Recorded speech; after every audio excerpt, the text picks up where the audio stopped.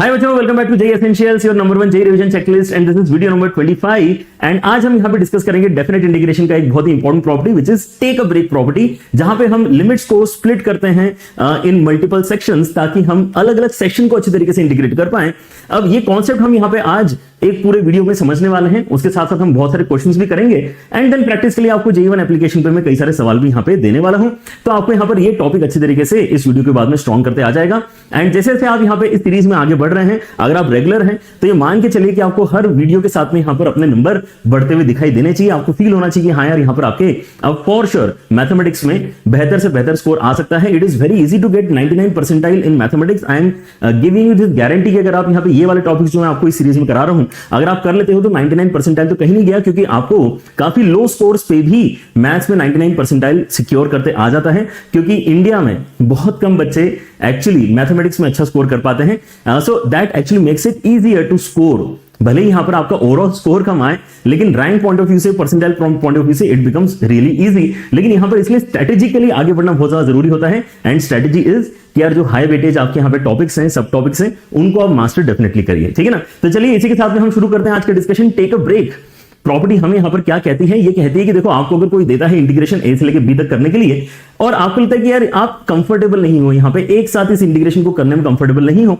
लेकिन अगर आप इसको ब्रेक कर लेते हो लेटर से किसी एक पॉइंट पे, तो ए से लेकर सी तक आप कंफर्टेबली अपना काम कर पा रहे हो और सी से लेकर बी तक भी आप कंफर्टेबली अपना काम कर पा रहे हो, then you can do that. आप ये कर सकते हो, ऐसा यहां पर ये प्रॉपर्टी आपको बोल रही है। तो आप यहां पे स्प्लिट कर सकते हो अपने लिमिट्स को एज पर योर कन्वीनियंस। ये वैसे ही हो गया जैसे कि आप यहां पे ए पॉइंट से लेकर बी पॉइंट तक अगर यहां पे ड्राइव कर रहे हो, है ना, तो कार चलाना यहां पर ए पॉइंट से लेकर बी पॉइंट तक, लेटर से आप यहां पे मुंबई से लेकर दिल्ली जाना चाहते हो कार से। अब मुंबई से लेकर दिल्ली अगर आप जाना चाहते हो तो यार एक बार में कंफर्टेबल नहीं फील होता है ना। वैसे हो सकता है कि यहां पर भी आपको लगे कि एक बार में पूरा कवर करना ए से लेकर बी तक की जर्नी पॉसिबल नहीं है, तो आप क्या करते हो, बीच में आराम कर लेते हो, चाय पीने के लिए रुक जाते हो, है ना, वॉशरूम जाने के लिए रुक जाते हो। तो आप यहाँ पे मल्टीपल रीजंस की वजह से यहाँ पे रुकते हो, बट रुकते रुकते आप यहाँ पे फाइनली अपनी पूरी जर्नी कवर कर ही लेते हो। तो यहाँ पर आपने ए से लेकर सी, सी से लेकर बी में अपनी जर्नी पूरी कवर कर ली है एंड इनफैक्ट इसी एग्जाम्पल को अगर आप आगे बढ़ाओ तो आप यहां पे इस जर्नी को मल्टीपल ब्रेक्स के साथ में भी कंफर्टेबली पूरी कर सकते हो। जैसे आपको अगर यहां पे ए से लेकर बी तक जाना है तो आप C1 पे ब्रेक कर लो, C2 पे ब्रेक कर लो, इस तरह से आपको यहां पे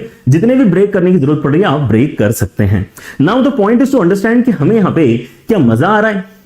हम अगर यहां पे किसी चीज को अगर एक ही बार में कर पाएंगे तो दो बार में क्यों करेंगे? तो हमें मजा नहीं आ रहा है। ऐसा नहीं कि हम यहां पे अपने आप से यहां पर सोच रहे कि नहीं यार चलो अब यहां पर जो है हम ब्रेक करेंगे।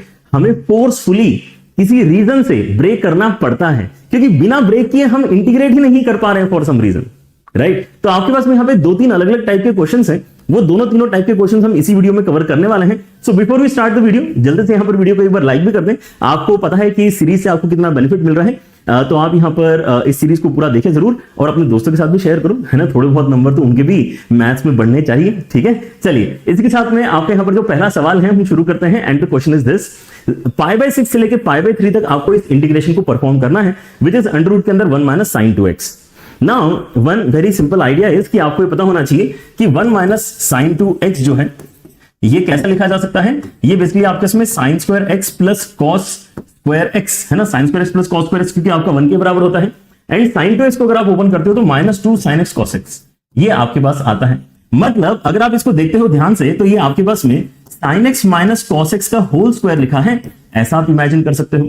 अब अगर मैं यहां पे इसके प्लेस में रिप्लेस कर दूं 1 - sin 2x की प्लेस में अगर ये परफेक्ट स्क्वायर रिप्लेस कर दूं तो हमारे पास में क्या बनेगा, स्क्वायर का अंडर रूट है, ऐसा आपको नजर आएगा।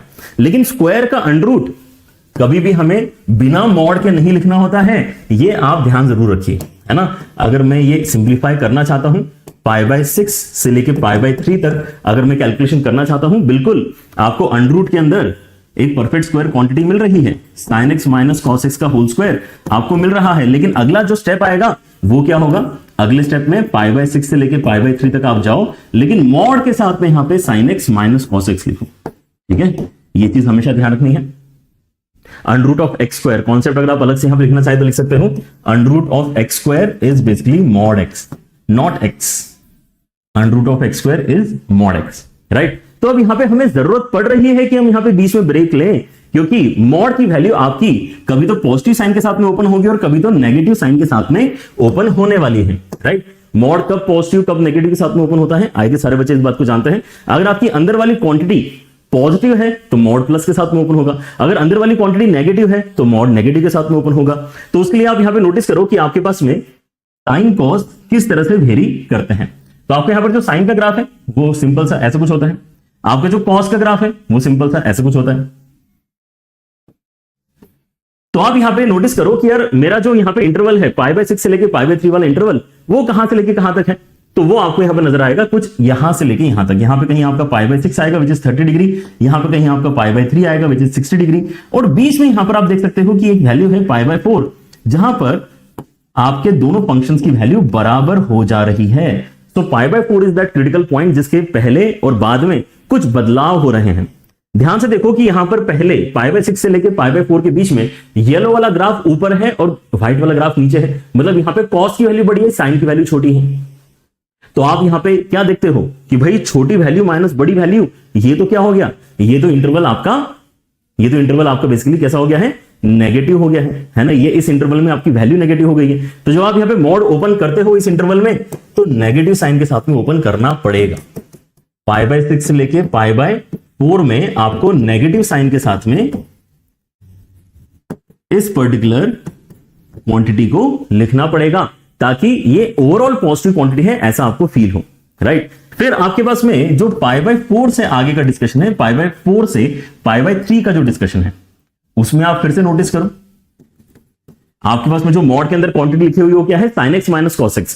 तो आप यहां पे देख सकते हो कि यार sin x minus cos x की जो वैल्यू है वो पॉजिटिव बनेगी क्योंकि यहां पर आपका व्हाइट ग्राफ sin x का ऊपर निकल चुका है और येलो ग्राफ आपका cos x का नीचे है, मतलब sin की वैल्यू बड़ी है और cos की वैल्यू छोटी है, राइट। तो बड़ी माइनस छोटी तो वैसे ही पॉजिटिव है, पॉजिटिव है तो हमें कोई दिक्कत ही नहीं है, मॉड की जरूरत ही नहीं है हमें, यहाँ पे मॉड हम सीधे सीधे ओपन यहाँ पे कर सकते हैं, right. So this is the entire idea कि हमें यहाँ पे स्प्लिट करने में मजा नहीं आ रहा है, हमें स्प्लिट करना पड़ता है क्वेश्चन के कंडीशन को देखते हुए, राइट। सो अगर आप यहाँ पे माइनस साइन बाहर निकालते हैं तो अंदर आपके पास में जो बचेगा साइन का integration which is basically minus cos, and then आपके उसमें कॉस का इंटीग्रेशन विच इज माइनस, मतलब यहाँ पे साइन ही आपको मिल जाएगा, ठीक है ना। तो इनफैक्ट इसके साथ में जो माइनस साइन है उसको भी हम अंदर भेज ही देते हैं एंड उसके बाद में हम यहाँ पे लिमिट अप्लाई कर लेंगे π/6 से लेके π/4 वाली लिमिट, ठीक है।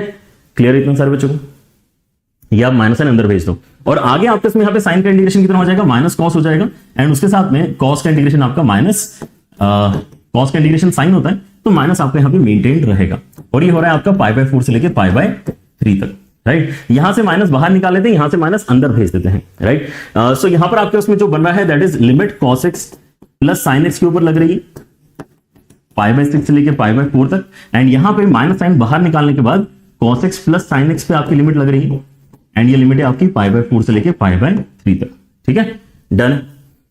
चलिए तो आपके पास में अब जो आंसर देखो आने वाला है π/4 अगर आप इसके अंदर डालते हैं तो ये भी 1/√2, ये भी 1/√2, 1/√2 मिलकर कितना हो जाएगा, √2 के बराबर हो जाएगा, माइनस π/6 अगर आप इसके अंदर डालते हैं तो आपको मिलता है √3/2 cos के साथ में एंड 1/2 sin के साथ में, ये वैल्यू आ गई हमारे पास में।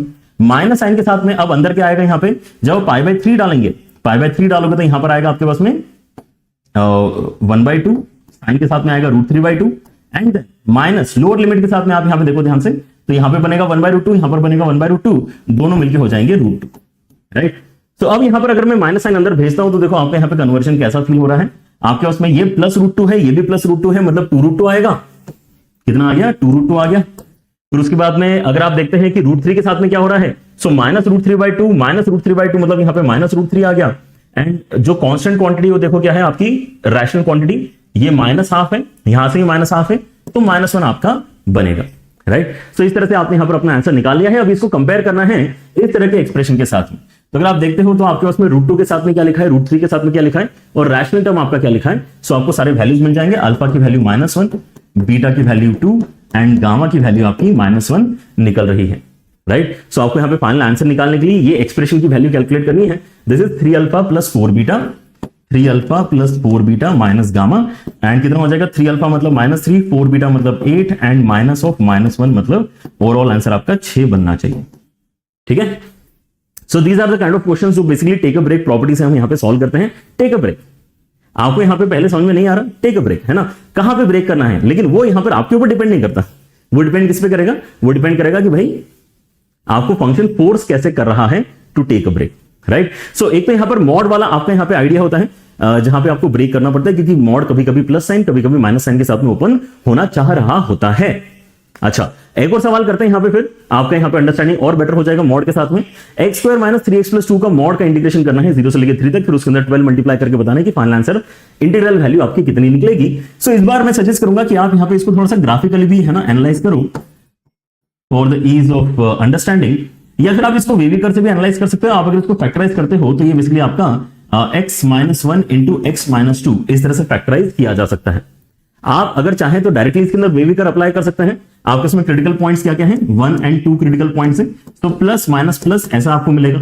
या फिर आप अगर ग्राफ बनाना चाहें तो भी आपका अंडरस्टैंडिंग लगभग सिंपल ही है कि आपके 1 और 2 आपके रूट्स हैं, राइट। आपको 0 से लेकर 3 तक जाना है, तो आपके इसमें अब यहाँ पे 3 अलग अलग टाइप के इंटरवल्स क्रिएट हुए हैं, राइट, क्योंकि आपको 0 से लेके 3 तक जाना है।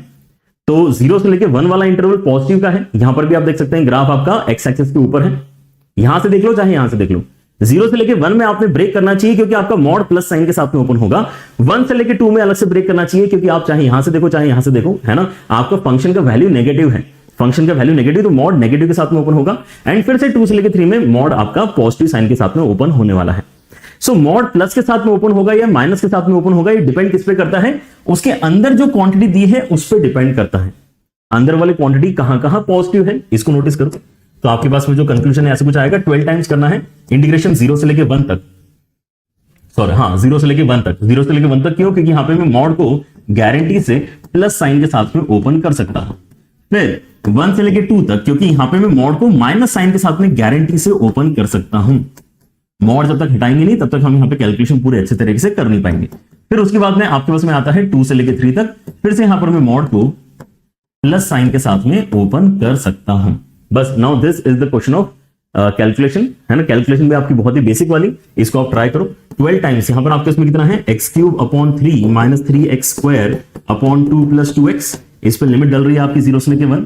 फिर माइनस साइन आ गया यहां पर आपका इंटीग्रेशन तो सेम ही बनेगा, x cube upon 3 minus 3x square upon 2 and 2x, इसमें भी लिमिट डल गई आपकी 1 से लेके 2।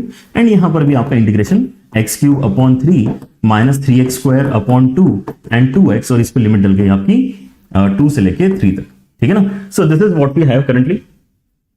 ये हमारा डिस्कशन प्रायर डिस्कशन था, ऑलराइट, ठीक है।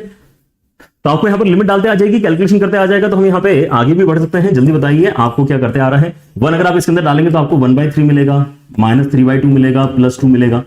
0 डाल के तो 0 हो जाएगा। माइनस साइन के साथ में अगर मैं यहां पे अपर लिमिट डालता हूं तो माइनस साइन आपको दिखाई देगा। तो आपको यहां पे 2 डाल के क्या मिल रहा है, 2 डाल के आपके इसमें यहां पे 8/3 है, 2 डाल के आपके इसमें -6 है, 2 डाल के आपके इसमें +4 है। जब मैं लोअर लिमिट डालूंगा तो माइनस माइनस, एक माइनस लोअर लिमिट का, एक माइनस पहले से लगा हुआ है, तो यहां पे आपको प्लस साइन के साथ में वैल्यू दिखाई देगी। 1 डाल के कितना आ जाएगा, 1/3 माइनस 3/2 एंड +2। यहां पे आप फिर से अपर लिमिट लोअर लिमिट डाल के देखो, अपर लिमिट डालोगे तो यहां पर आपके इसमें 9 बन रहा है, लोअर लिमिट डाल के आपके इसमें सॉरी अपर लिमिट डाल के यहां पर आपके इसमें 27/2 बन रहा है एंड 6 बन रहा है। एंड माइनस लोअर लिमिट अगर मैं डालता हूं तो यहां पर आपके इसमें 8/3 बनेगा, उसके साथ में आपको -6 मिलेगा एंड +4 मिलेगा, ठीक है ना। सो ये है आपके सारे वैल्यूज जिनको आपको अब क्लब करना है और फाइनल आंसर यहां पे रिपोर्ट करना है, ठीक है। अल्टीमेटली क्या है, अल्टीमेटली आपको फिर 12 मल्टीप्लाई करना होगा, right. Just go on with the calculations and you should not find any difficulty here. जब यहां पर ये वाला टर्म है आपका और ये वाला टर्म है, ये एक जैसे हैं, तो ये 2 गुना हो जाएगा। किसका 2 गुना हो रहा है वो भी ध्यान से देख लें। ये है आपके पास में 1/3 एंड 2 एंड -3/2 कितना हो जाएगा, 1/2 हो जाएगा। 1/3 प्लस 1/2 5/6 हो जाएगा, है ना। 5/6 एंड 5/6 मिलकर क्या है, 5/3 हो जाएगा। यहां पर आपको 5/3 मिला है। अब आपके इसमें ये वाला जो टर्म है और ये वाला जो टर्म है, ये दोनों सेम है लेकिन माइनस साइन के साथ में है। कितना हो जाएगा यहाँ पे, ये -2 बनेगा एंड ये 2/3 बन रहा है। 2/3 एंड 2/3 मतलब -4/3 आपको मिलेगा। एंड लास्ट ये वाला टर्म आपका अकेला है। ये टर्म कितना है आपके पास में, ये बनेगा 15 एंड 30, 3/2 के बराबर ये टर्म आपका बन रहा है, ठीक है ना।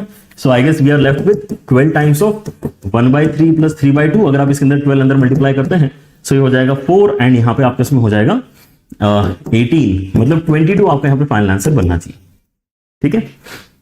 ये आपका स्टैंडर्ड सवाल है जहां पे हमने अभी मॉडुलस ओपन करना सीखा है। मॉडुलस कहीं कहीं प्लस साइन के साथ में ओपन होता है, कहीं कहीं माइनस साइन के साथ में ओपन होता है, तो यहां पे हमें टेक अ ब्रेक यूज करना ही पड़ता है।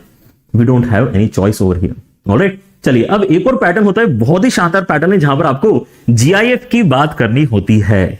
ग्रेटेस्ट इंटीजर फंक्शन इन्वॉल्व होता है, एंड जितना इंपॉर्टेंट मॉडुलस है आपको बताइए उतना ही इंपॉर्टेंट आपका जीआईएफ फंक्शन भी होता है। काफी बार यहां पर इसके ऊपर सवाल पूछे जा चुके हैं। प्रैक्टिस के लिए भी यहां पर जो मैं आपको सवाल दूंगा उनमें आपको जीआईएफ वाले क्वेश्चंस मिलेंगे अच्छे खासे प्रैक्टिस करने के लिए। अब जीआईएफ की यहां पर खास बात क्या है कि हमें डायरेक्टली तो इसका इंटीग्रेशन देखो नहीं आता है करते, यू डोंट एक्चुअली नो कि यार एक्स स्क्वायर का जीआईएफ का इंटीग्रेशन की वैल्यू क्या है। तो हमें यहां पे करना क्या पड़ता है, हमें डेलिबरेटली ऐसे पॉइंट्स पे इसको ब्रेक करना पड़ेगा जहां पे मैं उस इंटरवल में जीआईएफ का वैल्यू कंक्लूड कर पाऊं कि 0 है, 1 है, 2 है, कितना है वैल्यू, ये मैं कंक्लूड कर पाऊं। ऐसे इंटरवल्स में यहां पर मुझे ब्रेक करते इस तरह के क्वेश्चन में आना चाहिए। आपको आना चाहिए कि ये कैसे क्वेश्चन सॉल्व करते हैं, तभी आप यहां पे है ना इसके अंदर कुछ अच्छा सोच पाओगे। दिखने में काफी छोटा सवाल है लेकिन यहां पे ब्रेक करते करते थोड़ा सा ऐसा 3-4 इंटरवल में एक्चुअली ब्रेक हो जाता है। जैसे मैं आपको अगर यहां पर बताऊं तो देखो 0 डाल के यहां पर क्या बन रहा है, 0 बन रहा है। सुनना, अब ये जो लॉजिकल डिस्कशन है ये सुनो तो आपको कभी भी यहां पे इस तरह के क्वेश्चन में दिक्कत नहीं आएगी। 0 डाल के 0 बन रहा है।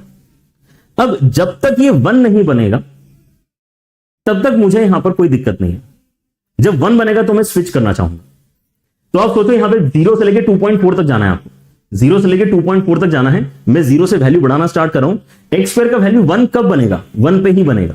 मतलब आपका सबसे पहला ब्रेकिंग पॉइंट जो है 1 ही आना चाहिए, राइट। यहां पे आप क्योंकि कुछ कंक्लूड कर सकते हो कि इसका वैल्यू कितना बनेगा, राइट। फिर आप इसको 1 से लेके कहां तक लेके जाना चाहोगे, देखो यहां पे आपने अगर इसके अंदर x की वैल्यू 1 डाली तो ये 1 स्क्वायर बन के 1 बना।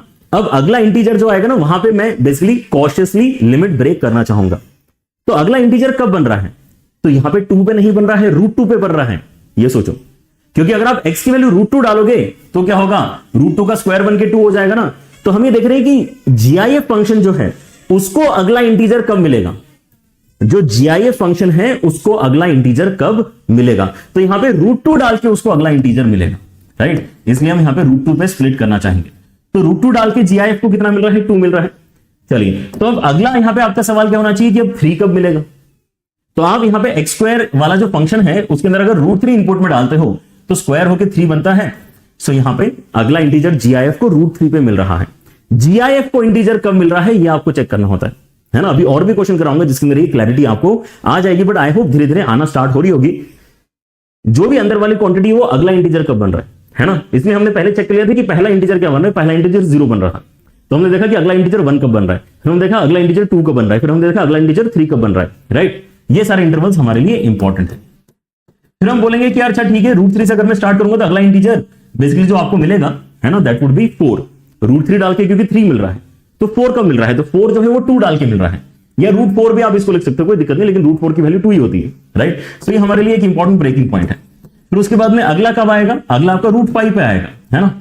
ये भी इंपॉर्टेंट है। लेकिन अब यहां पे भावनाओं में भय के आप √6 तक मत पहुंच जाना। √6 तक इसलिए मत पहुंच जाना है क्योंकि आपको 2.4 पे ही रुकना है। आपका जो √6 का वैल्यू वो 2.4 से एक्चुअली बड़ा होता है, राइट। सो अगला इंटरवल जो आपका यहां पे होना चाहिए वो बीच में ही आपका कट शॉर्ट हो जाएगा, क्योंकि आप √5 से स्टार्ट तो करोगे लेकिन √6 तक जाने की जरूरत ही नहीं, क्योंकि आप 2.4 पे ही आपकी जर्नी खत्म हो रही है। √5 की वैल्यू जो है 2.4 से छोटी होती है, √6 की वैल्यू 2.4 से बड़ी होती है। तो आपको यहां पे √6 पे जाने का मौका एक्चुअली नहीं मिलेगा, क्योंकि आपकी जर्नी यहीं तक थी, आपकी जर्नी यहीं तक थी, राइट। अब यहां पर आपने ये जो इतने सारे इंटरवल्स यहां पे ब्रेक कर लिए हैं, ये बिल्कुल भी परेशानी की बात नहीं है, ये एक्चुअली काफी इजी है, क्योंकि अब आप यहां पे इंडिविजुअल इंटरवल्स में कुछ कमेंट कर सकते हो। आप भी बोल सकते हो कि अगर मेरा x 0 से लेके 1 के बीच में जाएगा तो मेरा जो x स्क्वायर है वो भी 0 और 1 के बीच का कोई वैल्यू होगा, और 0 और 1 के बीच के किसी भी वैल्यू का जीआईएफ तो हमेशा ही 0 होता है। तो आप इस पर्टिकुलर केस में 0 ही यहां पे लिख दो, मतलब ये तो वेस्ट ही हो गया आपका, 0 ही लिख दिया आपने वहां पे, तो 0 का इंटीग्रेशन तो 0 हो जाएगा ना। फिर ऐसे ही आप सोचो 1 से लेकर √2 के बीच में जब मैंने 1 डाला तो ये x स्क्वायर की वैल्यू 1 बनी। जब मैंने √2 डाला तब जाके लास्ट पॉइंट पे जाके आपको यहां पे जीआईएफ के अंदर 2 मिला है। यहां पे 1 डाल के 1 मिला है, √2 डाल के 2 मिला है। तो मतलब इसके बीच में जो भी कुछ हुआ है उसमें 1, 1.1, 1.2, 1.3 टाइप के कुछ ना कुछ नंबर्स आपके x स्क्वायर की जगह बने हैं। लेकिन उन सभी नंबर्स का जीआईएफ लेना है ना, अल्टीमेटली आपको उन सभी नंबर्स का जीआईएफ लोगे तो 1 ही बनेगा। तो यहां पर आप इस x स्क्वायर के जीआईएफ की जगह डायरेक्टली 1 रिप्लेस कर सकते हो। उसी लॉजिक से अगली बार आप यहां पे 2 रिप्लेस कर सकते हो। जब आप √2 से लेकर √3 तक जा रहे हो तब फिर अगली बार आप यहां पे 3 रिप्लेस कर सकते हो। फिर से डाल के देखो, अगर आप यहां पे √3 डालते हो तो 3 बनता है, 3 डालते हो 2 डालते हो तो 4 बनता है। लोअर लिमिट डाली 3, अपर लिमिट डाली 4, मतलब इसके बीच में जो भी कुछ हो रहा है that is some number between 3 and 4 और x स्क्वायर। और 3 और 4 के बीच के किसी भी नंबर का अगर आप यहाँ पे GIF लेते हो तो 3 बनेगा ना, राइट। सो ये आपका इसलिए सिंप्लीफिकेशन काफी इजी होता है इस तरह के सवालों में। आपको यहाँ पे अब 2 से लेके 5 रूट पाई के बीच में 4 मिलने वाला है, एंड देन लास्ट आपका जो इंटरवल है वहां पर आपको पाई मिलने वाला है, रूट पाई से लेके जब आप 2.4 तक जाओगे तब। बस, तो अब यहाँ पे आपको बेसिकली dx का इंटीग्रेशन करना है हर बार, बाकी कांस्टेंट वैल्यू आपकी बाहर आ जाएगी। सो 2-3 स्टेप में यहाँ पर आप इसका आंसर फॉर श्योर निकाल पाते हो। यहाँ पर आपको √2 - 1 मिलेगा। अगले वाले में आपके पास में 2 कॉमन निकाल के आपको √3 - √2 मिलेगा। फिर अगले वाले में 3 कॉमन निकाल के आपको 2 - √3 मिलेगा। फिर यहां से 4 कॉमन निकाल के आपको √π - √2 मिलेगा, √π - 2 मिलेगा। एंड यहां पर आपका पाई कॉमन निकाल के upper limit minus lower limit, ये आपको मिलने वाला है। तो अब आप यहां पर देख लो कि आपके पास में जो रैशनल क्वांटिटी है वो कौन कौन सी आपके पास में आ रही है, ठीक है ना। तो -1 यहां से आया है, उसके बाद में यहां से कुछ नहीं है, यहां से आपके पास में +6 है, फिर यहां से आपके पास में -8 है, और लास्ट में आपके पास में यहां पे जब आप 5 मल्टीप्लाई करते हो तो ये 12 के बराबर आपको मिल रहा है। तो ये तो हो गया आपका रैशनल क्वांटिटी। फिर यहां पे देखते हैं √2 के साथ में क्या हो रहा है। तो √2 के साथ में देखते हो यहां पे √2 है, यहां पे -2√2 है तो -√2 बचा। √3 के साथ में क्या हो रहा है, यहां से 2√3 है, यहां से -3√3 है तो -√3 बचा। फिर आपके इसमें √4 तो चलो यहाँ पे रैशनल हो गया, √4 की बात नहीं करते, √π की बात करते हैं। सो यहां से 4√π है, यहां से 5√π है, सबट्रैक्ट करके -√π आपको मिल रहा है, ठीक है ना। सो ऑल इन ऑल आपके इसमें यहां पर हुआ क्या है, ये क्वांटिटी बनेगी आपकी 9, बाकी आपके इसमें √2, √3 एंड √4 √π इस तरह से बना है। यही आपका आंसर है, ठीक है, यही आपका फाइनल आंसर है। यहां पर देखो कि आपने स्प्लिट करना अच्छे तरीके से सीखा या नहीं सीखा, ऑलराइट। अल्टीमेटली आपको करना क्या है, इन सबको ऐड करके फाइनल आंसर रिपोर्ट करना है। सो आपको ये अल्फा = 9 मिल चुका है, beta = 1 -1, gamma = -1 and delta also = -1 मिला है, ठीक है ना। So alpha plus beta plus gamma plus delta इस बार कितना आ जाएगा, 6 के बराबर आपका आ जाएगा। This is what is the final answer. Break कहां करना है, किस पॉइंट पे करना है ये समझो। GIF है ना, तो GIF कब अपनी हरकत चेंज करता है ना, कब अपना बिहेवियर चेंज करता है, हर एक इंटीग्रल पॉइंट पे वो अपना बिहेवियर चेंज करता है। तो आपको देखना है कि भाई x² की वैल्यू पहले तो 0 थी, अगला इंटीजर 1 कब बनेगी। x² की वैल्यू पहले 1 थी, अब अगला इंटीजर कब बनेगा। x² की वैल्यू पहले अगर √2 डालने पे 2 है तो अब 3 कब बनेगा, है ना। तो आपको ये देखना है कि GIF के अंदर वाली जो क्वांटिटी है वो कब अगला इंटीजर क्रिएट कर रहा है। और यही लॉजिक अगर आप समझ चुके हो तो आपको ये वाला सवाल सॉल्व करते आ जाना चाहिए। ये सवाल आपका जेई मेन में पूछा जा चुका है, लेकिन जेई एडवांस में भी पूछा जा चुका है, नॉट लॉन्ग बैक, 2-1 साल पहले यहां पर जो है जेई एडवांस में भी ये सवाल पूछा गया था। जेई मेन ने उसके ही अगले साल शायद जेई अपने जेई मेन पेपर में भी पूछ लिया, ठीक है ना। सो लॉजिक रिमेन्स द सेम। आपको यहां पे GIF के अंदर इस बार कुछ और भी गंदी क्वांटिटी दी है। पिछले क्वेश्चन में आपको x² दिया था, इस बार अंडर के अंदर 10x/x+1 दे दिया है। नहीं फर्क पड़ता, हमें नहीं फर्क पड़ता, है ना, हमें नहीं फर्क पड़ता, हमें फर्क नहीं पड़ता, क्योंकि हमें बोल रहे हैं कि देखो पहली बात तो ये कि जब आप इसके अंदर 0 डालते हो तो 0 बनेगा, 0 डाल के इसके अंदर 0 बन रहा है, ठीक है ना। अब मेरी डिमांड क्या है कि मुझे ये बताओ कि कौन सा इनपुट डालने पर ये 1 बनेगा, ये एग्जैक्टली 1 कब बनेगा। पिछली बार तो ये हम ओरली कर रहे थे कि और ये 1 डाल के बन जाएगा, √2 डाल के 2 बन जाएगा, √3 डाल के 3 बन जाएगा, ये हम ओरली कर रहे थे। इस बार क्या थोड़ा कैलकुलेशन लिखना पड़ेगा हमें, राइट। मैं चाहता हूं कि ये पता करूं कि ये क्वांटिटी एग्जैक्टली 1 कब बनती है। मतलब ये हो जाएगा आपका 10x = x + 1, मतलब यहां से x = 1/9 आएगा। ओके, 1/9, 0 से लेकर 1/9 मेरा एक इंटरवल इसका मतलब क्रिएट होना चाहिए, क्योंकि 1/9 डाल के ये अंडर रूट के अंदर बेसिकली 1 क्रिएट करेगा, तो 1 का GIF बेसिकली 1 के बराबर बनना चाहेगा, ठीक है ना। ओके, तो 1 पे स्प्लिट करना, 1/9 पे स्प्लिट करना जरूरी है, ये हमें यहां से पकड़ में आया। फिर आप ये बोलो कि अब आपके उसमें ये जो 10x/x+1 वाली क्वांटिटी है, ये 2 कब बनेगी, नहीं ये 4 कब बनेगी। अगर आपको 2 ही बनवाना है तो आप यहां पे अंडर रूट भी लगाओ, क्योंकि ये अंडर रूट वाला जो नंबर है वो GIF को मिल रहा है। तो अंडर रूट वाली क्वांटिटी आपकी 1 कब बनेगी, अंडर रूट वाली क्वांटिटी आपकी 2 कब बनेगी, अंडर रूट वाली क्वांटिटी आपकी 3 कब बनेगी, ये कैलकुलेशन आप डेफिनेटली लिख सकते हो। सो अगर आपको यहां पे 1 2 3 की ही डिमांड है, अगर आप वैसे ही इक्वेशन इनिशियली लिखना चाहते हैं तो बिल्कुल लिख सकते हो, लेकिन उसके अंदर पूरा एक्सप्रेशन लिखो, फिर अंडर रूट को भी स्किप मत करो, ठीक है ना। तो लेट अस डू दैट। ये कॉन्सेप्चुअली ज्यादा है ना बेहतर है समझने के लिए कि भाई GIF के अंदर जो भी कुछ लिखा है वो 1 कब बना, फिर GIF के अंदर जो भी कुछ लिखा है वो 2 कब बनेगा, राइट। तो आप स्क्वायर करके क्रॉस मल्टीप्लाई करोगे तो आपके इसमें यहाँ पे 10x, इस तरफ आपके इसमें 4x प्लस 4 आएगा, and that is going to give you x is equal to how much, 2/3 के बराबर। तो नेक्स्ट इंपॉर्टेंट पॉइंट जो आपका निकला है दैट इज 2/3, राइट। फिर आपको यहाँ पे डिस्कशन इसी तरह से आगे बढ़ेगा और आप बोलोगे कि यार अब मुझे ये चाहिए कि यार GIF के अंदर जो क्वांटिटी आपने देख रखी है 10x अपॉन x प्लस 1, ये एक्जैक्टली 3 कब बनेगा ये बताओ। तो आप यहाँ पे अगर इसके अंदर स्क्वायर करके क्रॉस मल्टीप्लाई करते हैं, so 10x is equal to 9x plus 9, and how much is that giving us, that is giving us x is equal to 9। खत्म ही हो गया, मतलब एकदम से 9 की ही रिक्वायरमेंट आ गई और आपको एक्चुअली 9 तक ही जाना था। तो इस बार आपके यहाँ पे जो ब्रेकिंग पॉइंट्स है ज्यादा नहीं बनेंगे, 2-3 इंटरवल्स में यहाँ पर आपका काम हो जाने वाला है, ठीक है। क्या बोल रहे हैं हम यहाँ पे कि आपका अब जो यहां पे इंटीग्रेशन है 9 टाइम्स करना है आपको, ठीक है, बढ़िया बात है। आप लेकिन 0 से लेके पहले तो 1/9 तक जाओ, है ना।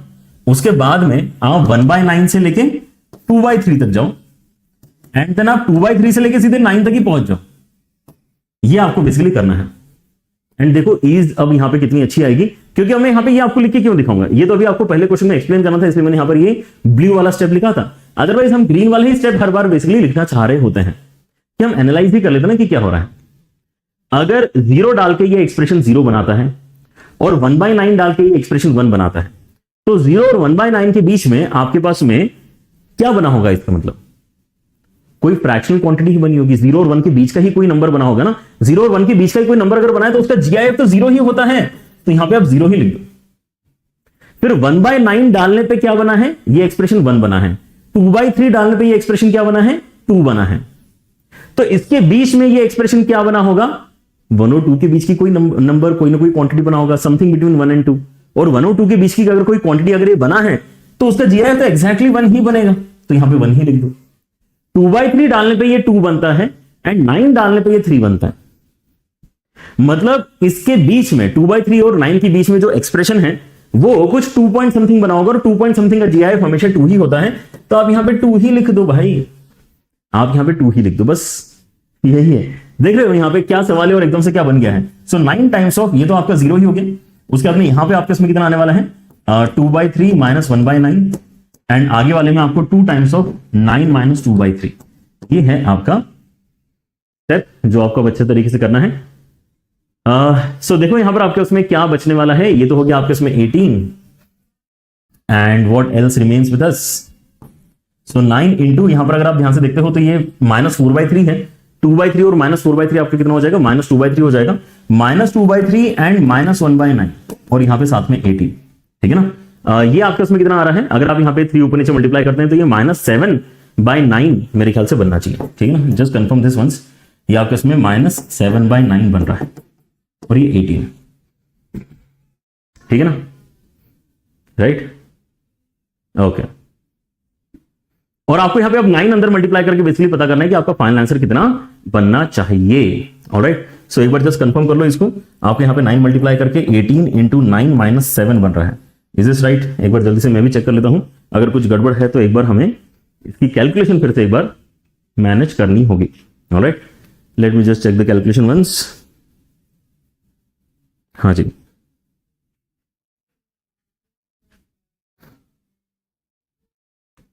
Looks right. आपके यहां पर आंसर जो फाइनली निकल कर आएगा दैट इज 155 के बराबर, है ना। चेक कर लिया मैंने, 155 यहां पर आपका करेक्ट आंसर है इस पर्टिकुलर क्वेश्चन का, ठीक है। चलिए, सो ये है आपका यहां पर main idea in such questions कि आपको देखना है कि GIF के अंदर जो भी कुछ लिखा है वो क्वांटिटी अगला इंटीजर किस पॉइंट पे बनेगा। यहां पर देखो काफी वियर्ड से पॉइंट्स आए हैं, लेकिन यही हमारे ब्रेकिंग पॉइंट होना चाहिए, ये समझो, ठीक है। चलिए, तो यहां पर अभी मैंने आपके साथ में 2 आइडिया शेयर किए हैं, एक मॉडुलस वाला आइडिया, दूसरा GIF वाला आइडिया, है ना। अब और कैसे सवाल बन सकते हैं जिसके अंदर ये ब्रेकिंग इंपॉर्टेंट हो ही जाती है, उसके बिना हम यहां पे क्वेश्चन को ही सॉल्व नहीं कर सकते। It is these kind of questions जहां पर आपका फंक्शन ही चेंज हो जा रहा है, आपका फंक्शन चेंज हो जा रहा है, तो आपको यहां पे ऑब्वियसली उस पॉइंट पे कुछ ना कुछ और करना पड़ेगा। यहां पर इन्होंने बोला है कि आप fx को इंटीग्रेट करके बताओ 0 से लेकर 2 तक, लेकिन अब यहां पे fx डिफाइन ही बेसिकली इन दोनों फंक्शंस की मदद से किया गया है कि इन दोनों में से जो भी बड़ा होगा हम उसको fx बोलेंगे, इन दोनों में से जो भी बड़ा होगा उसको हम fx बोलेंगे, ठीक है ना। तो यहां पर इसको मेरे ख्याल से फिर से एनालाइज अगर करना है तो ग्राफिकली एनालाइज करना काफी एक आसान चीज रहेगी। आप पहले तो x² यहां पर बना लो, because it is one of the functions जो यूज हो रहा है। x² के बाद में आप यहां पे अब जो है GIF ऑफ x प्लस 1 बनाओ, तो जीआईएफ का ग्राफ तो आपको यहां पर पता ही है, स्टेप फंक्शन, उसके अंदर +1 करके आपको यहां पे ड्रॉ करना है, ठीक है ना। तो जो 0 और 1 के बीच में हो रहा था, 0 और 1 के बीच में, उसको 1 यूनिट से ऊपर उठा देंगे, तो ये ऐसा कुछ आपका बनेगा, 1 यूनिट से मैंने इसको ऊपर उठा दिया, ठीक है ना।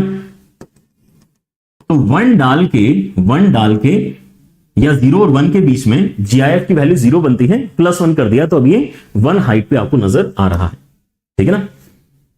फिर एग्जैक्टली 2 डालने पे क्या हो जाएगा, एग्जैक्टली 2 डाल के ये जीआईएफ आपका 2 बनेगा, राइट। तो 1 ऐड करके 3 बनेगा, लेकिन उसके बीच में क्या हो रहा है, 1 एंड 2 के बीच में क्या हो रहा है उसके बारे में सोचो। 1 एंड 2 के बीच में एग्जैक्टली 1 डाल के आपका ग्राफ कहां पे जंप कर चुका है, एग्जैक्टली 1 डाल के आपका ग्राफ 2 पे जंप कर चुका है, एकदम से यहां जंप कर चुका है, एग्जैक्टली 1 डाल के जीआईएफ +1 का ग्राफ बना रहा हूं, और 2 डाल के क्या हो रहा है, 2 डाल के यहां पर आप फिर से 3 पे एकदम से जंप करने वाले हो, राइट। एग्जैक्टली 2 डाल के एकदम से 3 पे जंप करने वाले हो, लेकिन 2 डाल के आपका x² कहां पे पहुंच चुका है, x² तो 4 पे पहुंच चुका है, राइट। सो आपके पास में अब यहां पे डिस्कशन का पॉइंट ये है कि यार आपको मैक्सिमम वाला सेक्शन सिलेक्ट करना है।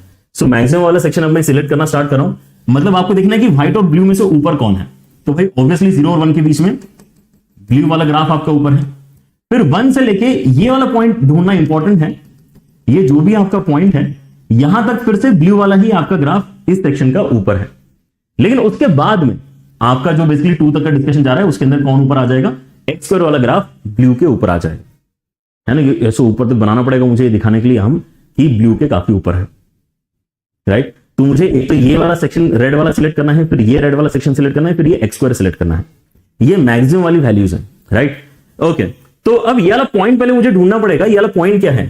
तो ये वो पॉइंट है जहां पे ये ब्लू कलर का ग्राफ और व्हाइट कलर का ग्राफ दोनों इक्वल हो रहे हैं, मतलब ये कौन सा वाला सेक्शन है जहां पे x² और 1 + GIF इक्वल हो रहा है। लेकिन ये जो पॉइंट है ये कहां पे बिलोंग कर रहा है, ये पॉइंट आपका कहीं ना कहीं 1 और 2 के बीच में बिलोंग कर रहा है ना। तो 1 और 2 के बीच में ये वाली वैल्यू कितनी होगी आपकी, 1 और 2 के बीच में वाली वैल्यू आपकी 1 के ही बराबर होगी, राइट। सो ये कितना बन रहा है, मतलब आपके पास में x² का वैल्यू 2 के बराबर बन रहा है। हाँ, हम वैसे भी देख सकते थे x² का वैल्यू 2 के बराबर बन रहा है ना, वो हमने ग्राफ भी ऐसे ड्रॉ किया है, मतलब ये √2 है आपका पॉइंट, ये पॉइंट आपका √2 है, ठीक है।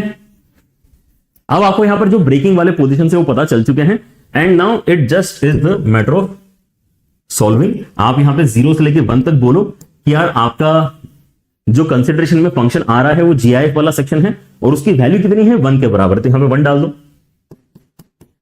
फिर 1 से लेकर √2 के बीच में फिर से GIF वाला जो आपका फंक्शन है वही यहां पे जो हॉरिजॉन्टल सेक्शन है वही आपका कंसिडरेशन में आ रहा है, लेकिन उसकी वैल्यू कितनी हो चुकी है, अब उसकी वैल्यू 2 हो चुकी है, तो यहां पे आप 2 डालो। फिर उसके बाद में √2 से लेके 2 तक, क्योंकि हमें 2 तक ही जाना है, √2 से लेके 2 तक। अब मैक्सिमम की अगर बात करें तो यहां पे x² बड़ा हो चुका है, अब GIF उससे लड़ नहीं पाएगा, GIF यहां पे अब नीचे रहेगा हमेशा। आप जितने भी आगे चले जाओ x² से अब वो GIF बड़ा नहीं हो सकता, तो 2 तक भी बड़ा नहीं हो रहा है। सो this is what you can for sure calculate, ठीक है ना। 1 को इंटीग्रेट करोगे तो आपको यहां पर सीधे 1 - 0 ही मिलेगा। फिर उसके बाद में यहां पर अगर आप देखते हो तो 2 टाइम्स ऑफ आपको √2 - 1 मिलेगा, एंड यहां पे आपके इसमें x³/3 बन रहा है, जिसके अंदर आपको अभी √2 और 2 लिमिट डालनी है, ठीक है। सो द लास्ट स्टेप 1,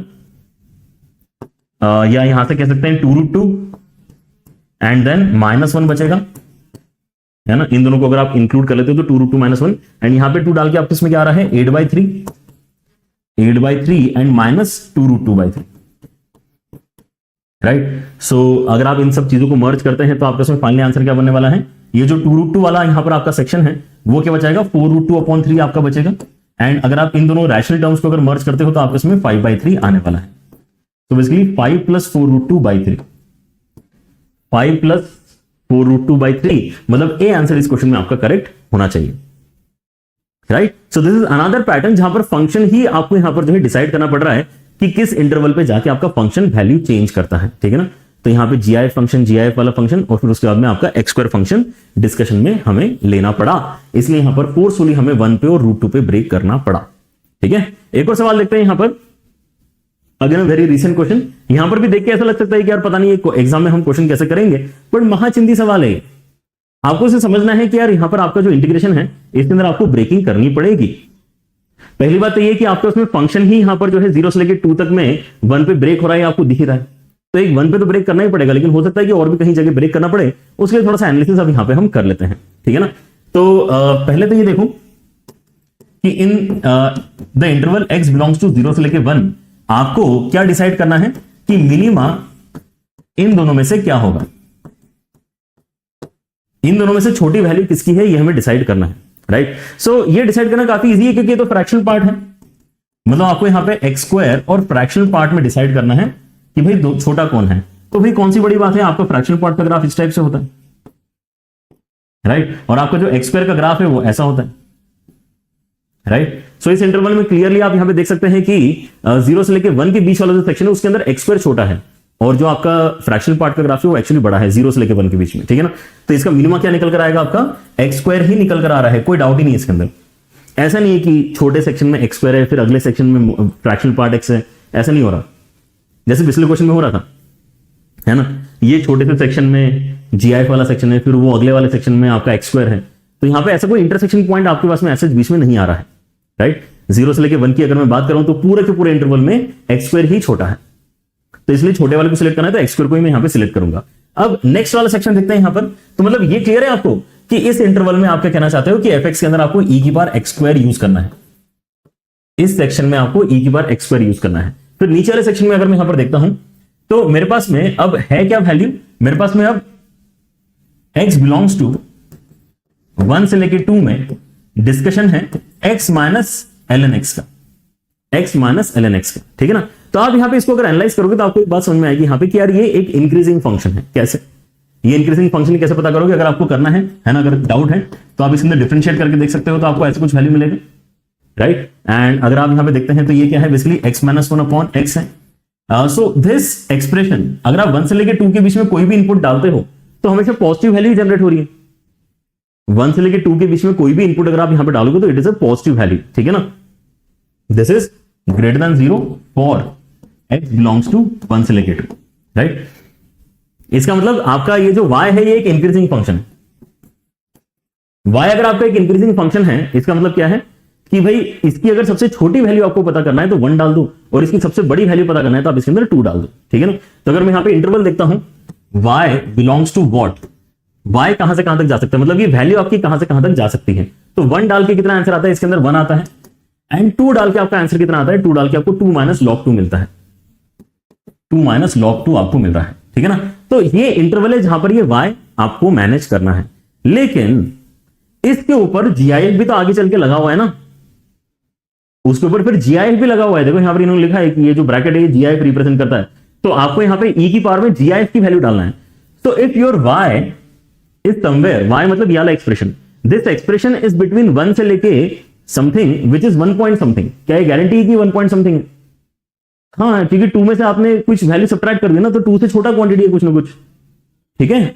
तो आप यहां पे 1 से लेके 1 पॉइंट समथिंग के बीच में हो और उसका जीआईएफ ले लोगे तो कितना हो जाएगा, therefore GIF of x minus ln x is equal to 1 for x belongs to 1 से लेकर 2। समझे क्या, इसकी वैल्यू 1 ही है भाई इस इंटरवल में, मतलब ये जो है ये फंक्शन आपका e ही है। तो हमने यहां पे जब सिंप्लीफाई करने का देखा तो यार बहुत ही बढ़िया एक्सप्रेशन बन गए फिर हमारे, तो राइट। तो ज्यादा टेंशन नहीं है, 0 से लेके 1 के बीच में ऐसा हो रहा है, 1 से लेके 2 के बीच में ऐसा हो रहा है, तो आप यहां पे ऑब्वियसली 0 से लेके 2 में अगर जाना चाहते हो तो 1 पे आपको स्प्लिट करना पड़ेगा एंड यहां पे fx की आप कन्वीनियंट वैल्यू रिप्लेस करके आंसर बता सकते हो। चलो तो करते हैं यहां पर आगे कैलकुलेशन हमारा। आपको जो यहां पे सॉल्व करना है उसके अंदर 0 से लेके 1 के बीच में आप पहले fx की वैल्यू e की पावर x स्क्वायर रिप्लेस करोगे, फिर 1 से लेके 2 के बीच में fx की वैल्यू कुछ नहीं बस e ही रिप्लेस करना है, विच इज अ कांस्टेंट, बाहर निकालो इसको, राइट। फिर ये जो पहला वाला सेक्शन है इसके अंदर आप x स्क्वायर को t डाल के इंटीग्रेट कर सकते हो, है ना। Let x square is equal to t, ताकि आपका यहां पे 2x dx जो है ये dt बन जाए। तो आपका इंटीग्रेशन कैसे हो जाएगा, 0 डाल के 0, 1 डाल के 1, लिमिट में चेंज नहीं हुआ है, x dx के प्लेस में आपका dt अपॉन 2 आएगा और ये e की पावर t बनेगा। तो अगर आप इसके अंदर इंटीग्रेट करते हैं तो ये e की पावर t, तो लिमिट डल रही है 0 से लेके 1, मतलब ये कितना आ रहा है आपके पास में e माइनस 1 अपॉन 2 आ रहा है। ये आपका पहला वाला इंटीग्रल है बेसिकली, ठीक है ना। एंड लेकिन इसके साथ में और भी कहानियां हैं जो आगे चल रही हैं, ठीक है ना। तो इसके साथ में आपको क्या मिल रहा है यहाँ पे e बाहर निकाल के x स्क्वायर बाय 2, जिसके अंदर आपने लिमिट डालनी है 1 से लेके 2, राइट। तो ये कितना हो जाएगा e के साथ में 4 माइनस 1 अपॉन 2, मतलब ये आ जाएगा आपको इसमें 3e बाय 2, दैट्स इट। तो कितना हो जाएगा 3e bye 2 and e bye 2, मतलब ये हो जाएगा आपका 2e, है ना, और माइनस 1 बाय 2। यही आपका फाइनल आंसर यहां से आना चाहिए, ठीक है ना। 2e - 1/2 मतलब डी आंसर आपका करेक्ट है। सो क्वेश्चन आर इजी, ऐसा नहीं कि यहां पर ये हम डिस्कस कर रहे हैं क्योंकि बहुत डिफिकल्ट कुछ है, नहीं, यहां पे पहली बात तो रिपीट बहुत ज्यादा हो रहा है इसलिए हम डिस्कस कर रहे हैं। दूसरा, आपके जे एसेंशियल्स में मैं वो वाले टॉपिक ज्यादा प्रायोरिटी पे डिस्कस कर रहा हूं जिनमें आप अगर बाकी चैप्टर के बारे में अगर नहीं भी जानते हैं लेकिन उतना उतना अगर जानते हैं तो आपको उतने उतने सवाल तो सॉल्व करते आ ही जाएंगे, ठीक है ना। तो इसलिए यहां पर आपके मैथ्स में नंबर अगर आपको बढ़ाना है तो फोकस्ड एफर्ट अगर आप लगाना चाहते हैं तो इस सीरीज के बाकी वीडियोस भी आप अच्छे तरीके से देखें, ठीक है ना। अभी तक का यहां पर प्लान ऐसा है कि मैं आपको टोटल 40 वीडियोस देने वाला हूं, ठीक है ना। समय अगर बचता है, हम यहां पे अगर कुछ और ऐसा लगता है आपको कि नहीं सर आपने अभी वो पर्टिकुलर इंपॉर्टेंट टॉपिक कवर नहीं किया, मैं सीखना चाहता हूं, तो आप यहां पे कमेंट्स में डेफिनेटली बता सकते हैं। हालांकि आगे यहां पर जो प्लान है उसके अंदर आपके पास में ऑब्वियसली एरिया का डिस्कशन, डिफरेंशियल इक्वेशन का डिस्कशन तो आएगा ही आएगा, sequence series and quadratic equation का डिस्कशन तो आएगा ही आएगा, फिर यहां पे आपका कोनिक सेक्शन का डिस्कशन आएगा, स्ट्रेट लाइन सर्कल्स का डिस्कशन आएगा। But apart from these topics अगर आपको लगता है कि कोई ऐसी चीजें रह गई हैं तो आप यहां पे बता डेफिनेटली सकते हैं, ठीक है ना। मैं उनको भी इंक्लूड करने की कोशिश करूंगा, लेकिन अभी के लिए आपके जो 40 यहां पे वीडियोस हैं वो तो बहुत ज्यादा इंपॉर्टेंट है, ठीक है ना। आपको यहां पे प्रैक्टिस के लिए जो मटेरियल मिल रहा है J1 एप्लीकेशन पे मिल रहा है, इस पर्टिकुलर प्लेस पे अगर आप अंदर जाते हैं क्लिक करके तो आपको जे एसेंशियल्स नाम से एक फ्री कोर्स मिलेगा। उस कोर्स में आपको डीपीपीज मिलेंगे सॉल्व करने के लिए, उनको डाउनलोड करके आप प्रैक्टिस करें। एंड हर एक छोटे छोटे टॉपिक पे आपको यहाँ पे कुछ सवाल जो मैं प्रैक्टिस करने के लिए दे रहा हूं वो उस छोटे से टॉपिक के लिए प्रैक्टिस सफिशिएंट है। मतलब आज जो आपने यहाँ पे प्रॉपर्टी पढ़ी है टेक अ ब्रेक वाली, इसके ऊपर आप यहाँ पे है ना 5, 6, 10 सवाल भी अगर कर लेते हो तो काफी सफिशिएंट प्रैक्टिस है। ये हम पूरे चैप्टर की अगर बात करें तो यार 100, 150, 200 सवाल सॉल्व करना जरूरी होता है, लेकिन उसमें से फिर आप एक पर्टिकुलर सब टॉपिक पे कितनी प्रैक्टिस करना चाहोगे। 5 से 10 सवाल भी यहां पर अगर आप सॉल्व करो तो काफी सफिशिएंट है, एक मेजरली आपको आइडिया लग जाता है कि आपको मतलब चीजें पकड़ में आ रही है ना। That is what is important. And आप यहां पे जाके एक बार अपने जेएमपीपी वाले सेक्शन को भी जरूर एक्सप्लोर करना। One of the best online test series, one of the most affordable online test series है आपके लिए। आपके टीचर्स यहां पर आपको वीडियो सॉल्यूशंस भी दे रहे हैं ताकि आपका कोई डाउट यहां पर जो किसी सवाल में कॉन्सेप्चुअल अगर है तो वो भी यहां पे क्लियर हो जाए। And there is gravity batch for revision, so make sure कि आप यहां पे इसको भी जाके एक्सप्लोर करें। आपके यहां पे लाइव क्लासेस हैं, आपको अलग से डीपीपीज दी जा रही है प्रैक्टिस के लिए, एंड ऑब्वियसली जेएमपीपी का फ्री एक्सेस तो आपको मिल ही रहा है, ठीक है ना। So that is how you can basically prepare further. बाकी आपके यूट्यूब चैनल के ऊपर तो इस तरह के हम यहाँ पे आपको सपोर्टिव वीडियोस प्रोवाइड करते रहेंगे। So make sure that you are regular and you are subscribe to J1 channel, right. That's it for the day, take care everyone, bye bye.